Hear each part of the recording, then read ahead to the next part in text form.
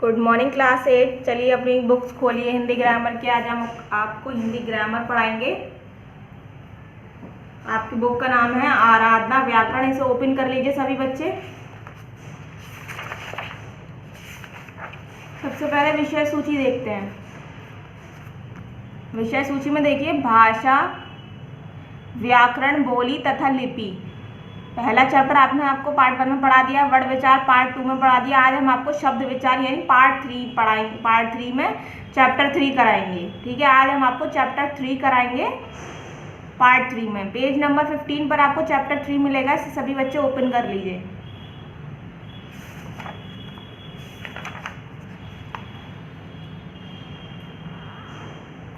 ये आपका पार्ट 3 देखिए। सभी बच्चे यहाँ शो कर लें, अपना पेंसिल से लिख लें पार्ट 3, क्योंकि आपको याद रहेगा कि हमारा पार्ट 3 में मैम ने ये चैप्टर कराया था।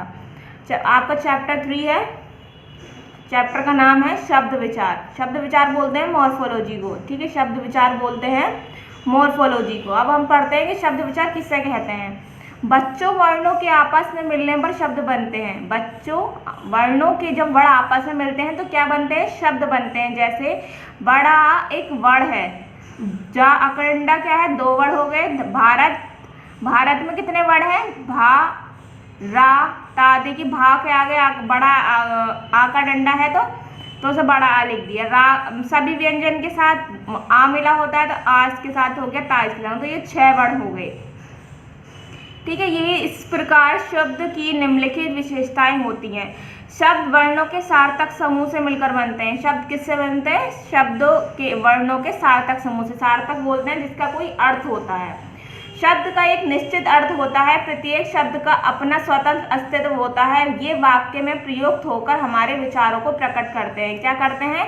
ये हमारे वाक्यों में प्रयोग होते हैं और हमारे विचारों को सामने रखते हैं। वाक्य में प्रयुक्त होकर ये निश्चित कार्य करते हैं जिसके आधार पर इन्हें संज्ञा, सर्वनाम, क्रिया, विशेषण आदि शब्द भेदों में बांटा जाता है। ठीक है, परिभाषा देखिए। वर्णों का ऐसा समूह जिसका एक निश्चित अर्थ होता है शब्द कहलाता है। क्या कह रहे हैं? वर्णों का ऐसा समूह जिसका कोई निश्चित अर्थ होता है। जब कोई हम 2 वर्णों को जब मिलाएंगे तब उसका कोई अर्थ बाहर निकलता है तो शब्द कहलाएगा। ये नहीं कि हमने वर्ण मिला दिए, उसका कोई शब्द नहीं आ रहा, उसको हम शब्द नहीं कहेंगे।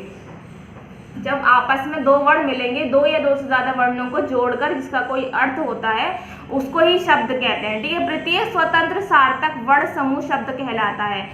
पर जब उस शब्द का प्रयोग वाक्य में होता है तो वह शब्द व्याकरण के नियमों, कारक, लिंग, वचन आदि से बन जाता है और उसके स्वरूप में परिवर्तन आ जाता है। ऐसी स्थिति में वह शब्द न रहकर पद बन जाता है। ठीक है, उदाहरण देखिए। लड़का, पतंग, उड़ाना, ये 3 शब्द हैं। लड़के पतंग उड़ा रहे हैं, वाक्य में प्रयुक्त होने पर अब ये शब्द न रहकर पद बन गया है। लड़के अब क्या है? ये पद बन गया, क्योंकि व्याकरण में नियमों के अनुसार इनका रूप बदल जाता है। क्या होता है? जब वाक्य में हम इन्हें प्रयोग करते हैं तो इन्हें व्याकरण यानी ग्रामर के अकॉर्डिंग इनका जो होता है पद वो चेंज हो जाता है। शब्दों का वर्गीकरण, क्लासिफिकेशन ऑफ वर्ड देखिए। प्रत्येक भाषा में शब्दों का भंडार बहुत विशाल होता है। जब प्रत्येक भाषा अलग लैंग्वेज में शब्दों का बहुत सारे भंडार होता है। शब्दों का इस भंडार को अग्रलिखित आधारों पर बांटा जा सकता है। प्रयोग के आधार पर देखिए। Based on usages. प्रयोग की दृष्टि से शब्द 3 प्रकार के होते हैं। प्रयोग यानी यूज के इस पर कितने होते हैं? शब्द 3 प्रकार के होते हैं। सामान्य शब्द, तकनीकी शब्द, अर्थ तकनीकी शब्द। सामान्य शब्द देखिए। Common words. डॉक्टर अपने दांतों को स्वस्थ रखने के लिए दिन में 2 बार दांत साफ करें। ऊपर लिखे वाक्य में आपने उन शब्दों को देखा जिन शब्दों का प्रयोग हम प्रतिदिन के व्यवहार में करते हैं। आप नागरिकों द्वारा प्रयोग किए जाने वाले शब्द सामान्य शब्द। जो सामान्य शब्द वो होते हैं जो हम डेली यूज में बोलते हैं। ठीक है, वह कल्चर जैसे घर, किताब, दाल, रोटी, पैसा आदि, ये हम डेली इसमें बोलते हैं, प्रतिदिन डेली में यूज करते हैं, तो ये कॉमन यानी सामान्य शब्द है। अब तकनीकी शब्द देखिए। Technical words. कटघरे में खड़े फरियादी को उचित गवाह न होने के कारण दफा 302 के अंतर्गत सजाए मौत दी गई। तकनीकी यानी टेक्निकल वर्ड्स हैं, ये शब्द है। जैसे कटघरा हम डेली यूज तो करते नहीं। कटघरा के कटघरे में खड़े फरियादी को उचित गवाह न होने के कारण दफा 302 के अंतर्गत सजाए मौत दी गई। तो ये तकनीकी शब्द है यानी टेक्निकल वर्ड्स हैं। ऊपर दिए गए वाक्य में रंगीन शब्द न्यायालय से जोड़ा गया है, क्योंकि ये ऊपर जो वर्ड है ये न्यायालय से जोड़ा गया है। इन शब्दों का प्रयोग सामान्य शब्दों की तरह नहीं होता। ये नहीं कि हम रोजाना के इसमें बोल रहे हैं कि कि इसको दफ़ा 302 के साथ सजाए मौत दी जाती है। हम डेली यूज़ में दाल, रोटी, किताब, घर, पैसा इस चीज़ का यूज़ करते हैं, तो वो सामान्य शब्द हैं। ये हमारे टेक्निकल वर्ड्स हैं, तकनीकी शब्द हैं। अब ऊपर देखते हैं, विशेष विषय या व्यवसाय से संबंधित शब्दावली तकनीकी या परिभाषिक शब्दावली कहलाती है, जैसे पदबंध, विराम चिन्ह, अभियुक्त आदि। अर्ध तकनीकी शब्द की सेमी टेक्निकल वर्ड्स। अगले सप्ताह चुनाव होने वाला है, तुम अपने पसंद की साड़ी का चुनाव कर लो। अब ऊपर दिए गए वाक्य में चुनाव एक ऐसा शब्द है जिसका प्रयोग सामान्य व्यवहार में भी किया जाता है तथा राजनीति के क्षेत्र में भी। ऐसे शब्द तकनीकी होते हुए भी आम आदमी के जीवन में अधिक प्रचलन के कारण सामान्य व्यवहार में प्रयोग किए जाते हैं, अर्ध तकनीकी शब्द कहलाते हैं। होते टेक्निकल शब्द हैं, लेकिन वो सामान्य शब्द यानी कॉमन वर्ड्स में यूज किए जाते हैं, वो होते हैं अर्ध तकनीकी शब्द। ऐसे तकनीकी शब्द का प्रयोग लोग निश्चित अर्थ में करते हैं तथा सामान्य जन अपने प्रतिदिन के व्यवहार में सामान्य शब्द के रूप में, जैसे रस साहित्य, कविता का रस, फलों का रस। एक रस जो होता है वो साहित्य भी, कविता का रस भी होता है, फलों का रस। कानून क्या होता है, न्यायालय से संबंधित भी होता है, और व्यक्ति के अपने नियम भी कानून, जैसे कानून टेक्निकल वर्ड्स है, लेकिन हम अपने कानून यानी रूल्स रेगुलेशन के लिए भी से बोल देते हैं कभी कभी। नाटक क्या होता है, नाटक एक मंचन होता है, भावों की अभिव्यक्ति भी होती है। कविता क्या होता है, पद्य साहित्य के नाम के लिए यूज करी जाती है।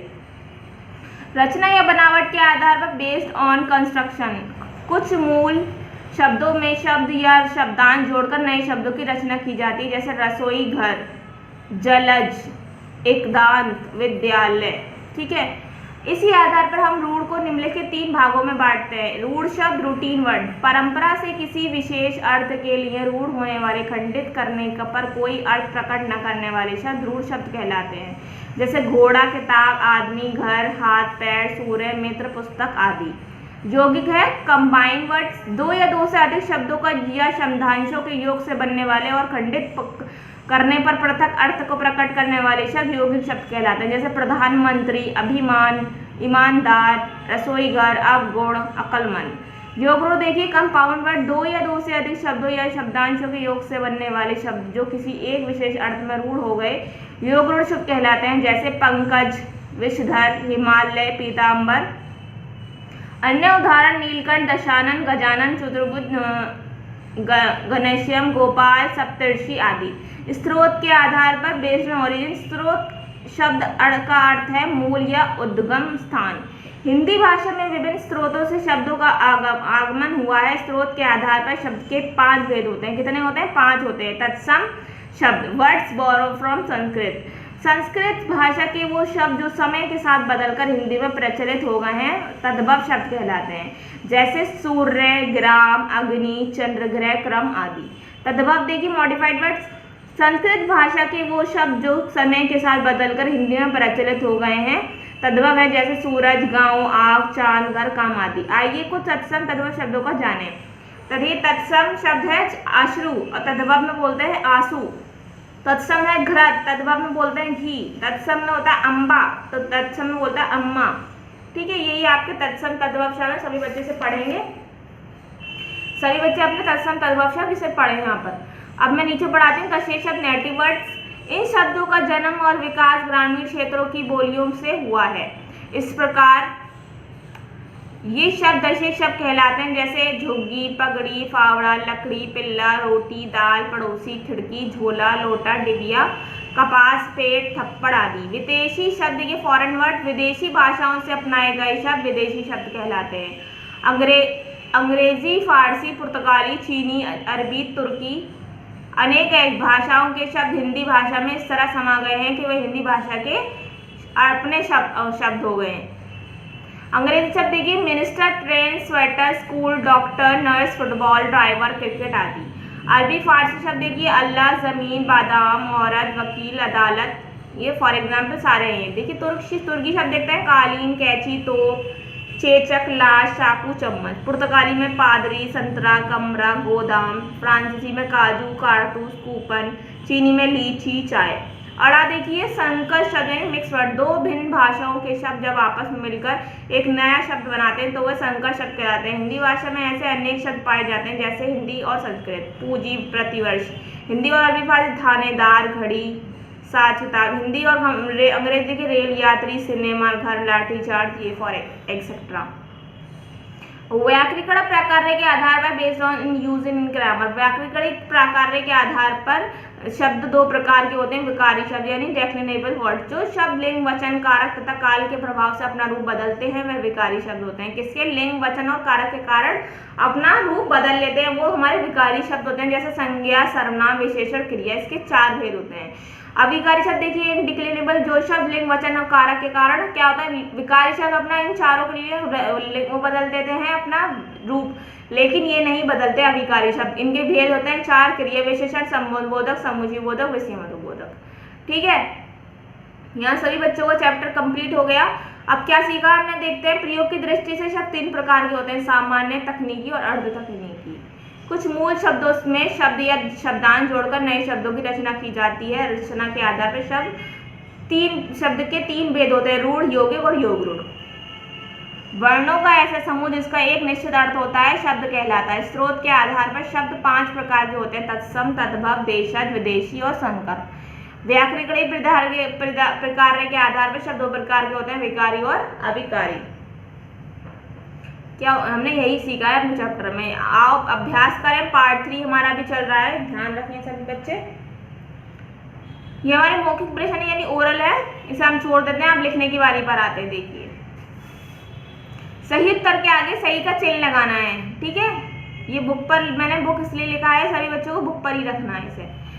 अब जो सही है उसको सामने राइट लगाएंगे। हमने यहाँ पर कलम पर लगाना, देखिए का है, आ है, ला है, फिर आ है, फिर मा है, फिर आ है। तो हमें इसे जोड़कर क्या बनेगा, कलाम बनेगा, कलमा बनेगा या कलम बनेगा। तो सभी व्यंजन के संग छोटा आ मिला हुआ होता है, मैंने आपको बताया था पिछले चैप्टर में। तो देखिए का हो गया, ये ला हो गया, वहाँ हो गया, क्या हो गया, कलम हो गया। तो फर्स्ट उस पर राइट कर दीजिए, कलम पर राइट करिए सभी बच्चे। बनावट के आधार पर शब्द कितने प्रकार के होते हैं, बनावट के आधार पर शब्द तीन प्रकार के होते हैं, तो तीन पर राइट कर दीजिए सभी बच्चे। ये सभी अपनी एक्सरसाइज सभी बच्चे अपने बुक पर रखेंगे।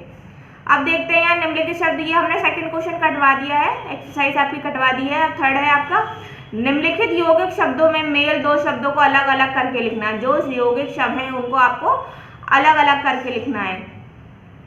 अब यहाँ पर हमें अलग कैसे करके लिखेंगे, यहाँ हमें क्या है, कोई स्पेस नहीं दिए लिखने के लिए, तो हम इसे कॉपी पर लिखेंगे। इसी वजह से देखिए मैंने एक्सरसाइज 3 पर आपकी कॉपी लिखा है, तो सभी बच्चे हिंदी ग्रामर की कॉपी निकालें। ठीक है, ये आपकी हिंदी ग्रामर की कॉपी है, इसे खोल लीजिए।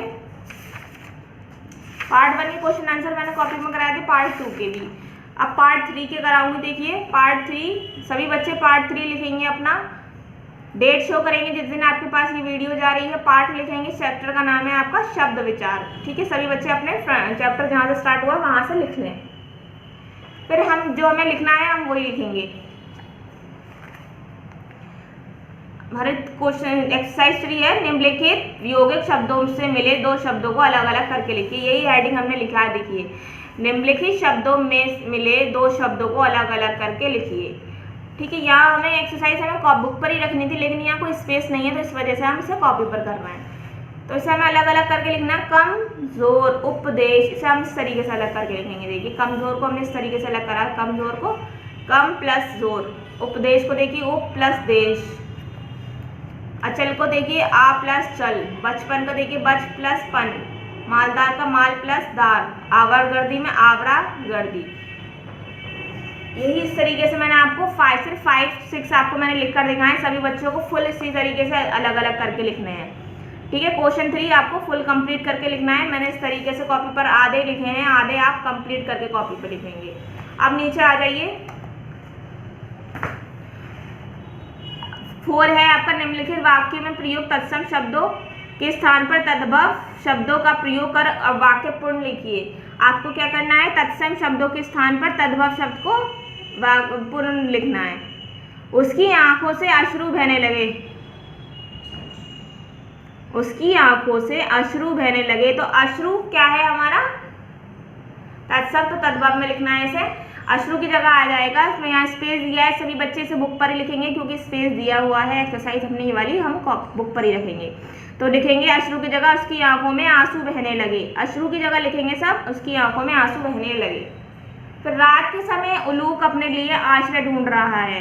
रात के समय उल्लू अपने लिए आश्रय ढूंढ रहा है। ठीक है, उल्लूक की जगह लिखेंगे हम उल्लू। रात के समय उल्लूक अपने लिए आश्रय ढूंढ रहा है, तो उल्लूक की जगह लिखेंगे हम उल्लू।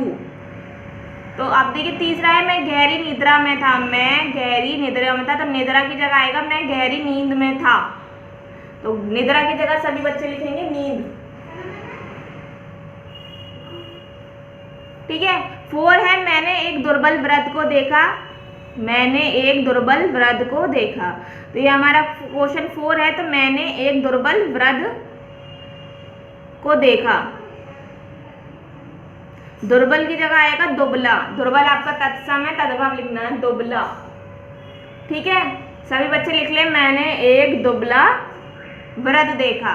पहले लिखेंगे हम चेंज करके मैंने उसकी आंखों से आंसू बहने लगे। फिर सेकंड लिखेंगे रात के समय उल्लू अपने लिए आश्रय ढूंढ रहा था।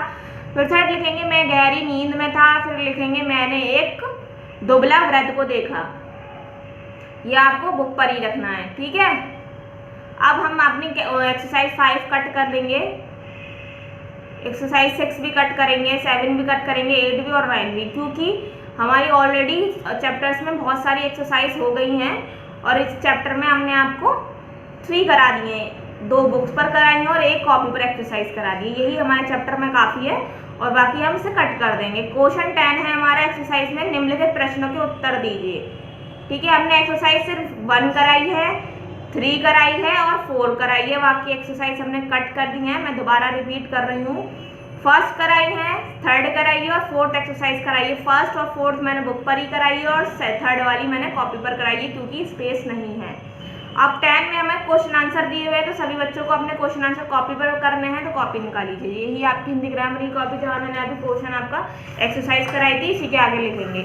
10 है हमारा क्वेश्चन, सामान्य शब्द तथा तकनीकी शब्द को अंतर उदाहरण सहित लिखिए। क्वेश्चन है हमारा पहला, सामान्य शब्द तथा तकनीकी शब्द के अंतर को उदाहरण सहित लिखिए। तो यही क्वेश्चन हम लिखेंगे। हेडिंग लिखिए हमने, निम्नलिखित प्रश्नों के उत्तर लिखिए। डेट लिखेंगे सभी बच्चे जिस दिन आपके पास ये वीडियो जा रही है। क्वेश्चन में हमने लिखा है सामान्य शब्द तथा तकनीकी शब्द के अंतर को उदाहरण सहित लिखिए। तो पहले सामान्य शब्द लिखेंगे, फिर तकनीकी शब्द के बारे में लिखेंगे। तो सामान्य शब्द के बारे में लिखेंगे सबसे पहले।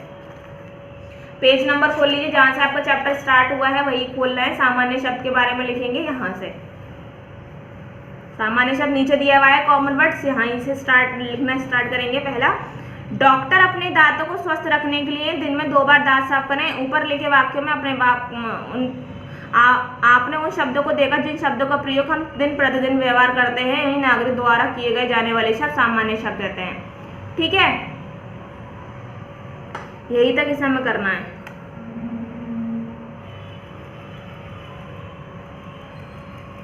सामान्य शब्द यहाँ से यहाँ तक करेंगे, सामान्य शब्द कहलाते हैं।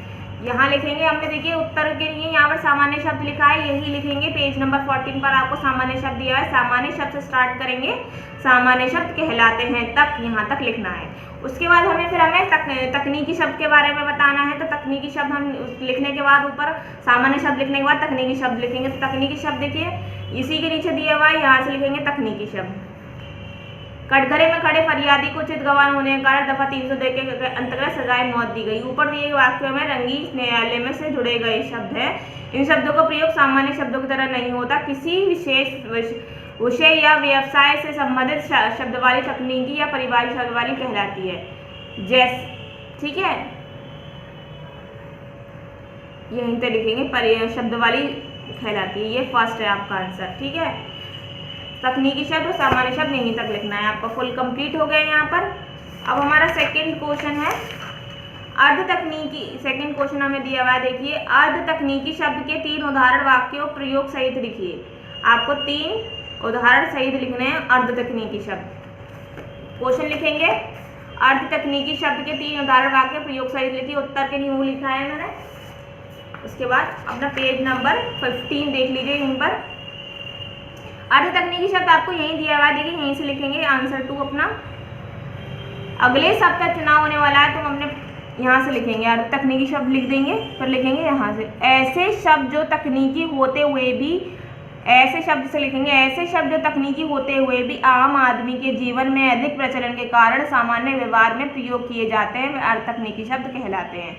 यहाँ से लिखेंगे और ऐसे शब्द तकनीकी, ठीक है, यहाँ से पूरा यहाँ तक कहलाते हैं। ये हो गया आंसर 2 आपका। अर्ध तकनीकी शब्द लिखने के बाद यहाँ से लिखेंगे ऐसे शब्द जो तकनीकी होते हुए भी शब्द कहलाते हैं, यहाँ तक। अब हमें 3 उदाहरण देना है, तो रस, कानून और नाटक, ये हम अपने उदाहरण दे देंगे, ठीक है। यही हमारा आंसर यहाँ कंप्लीट हो जाता है। मैं यहाँ लिख देती हूँ, पेज नंबर शो कर देती हूँ। यहाँ आपको पेज नंबर आंसर यहाँ पेज नंबर 15 से लिखना है, और यहाँ ये वाला आंसर आप लिखेंगे पेज नंबर 14 से, और ये आपका तकनीकी शब्द पेज नंबर 14 to 15 तक है, ठीक है। सभी बच्चों को अपने आंसर यहाँ कंप्लीट करने हैं। यहाँ आपका क्या हो जाता है, एक्सरसाइज और क्वेश्चन आंसर कंप्लीट हो जाता है, चैप्टर आपका कंप्लीट हो जाता है। उम्मीद है सभी बच्चों को चैप्टर अच्छा लगा होगा। सभी बच्चे अच्छी सी वीडियो अपने पूरी कंप्लीट देखें और अपना वर्क कंप्लीट करें। पार्ट 1, 2, 3 आज आपके कंप्लीट हो गए हैं सभी बच्चों को। नेक्स्ट वीडियो में हम आपको पार्ट 4 कराएंगे। सभी बच्चे अपना एक्सरसाइज और क्वेश्चन आंसर काम कंप्लीट करें, ठीक है। Thank you.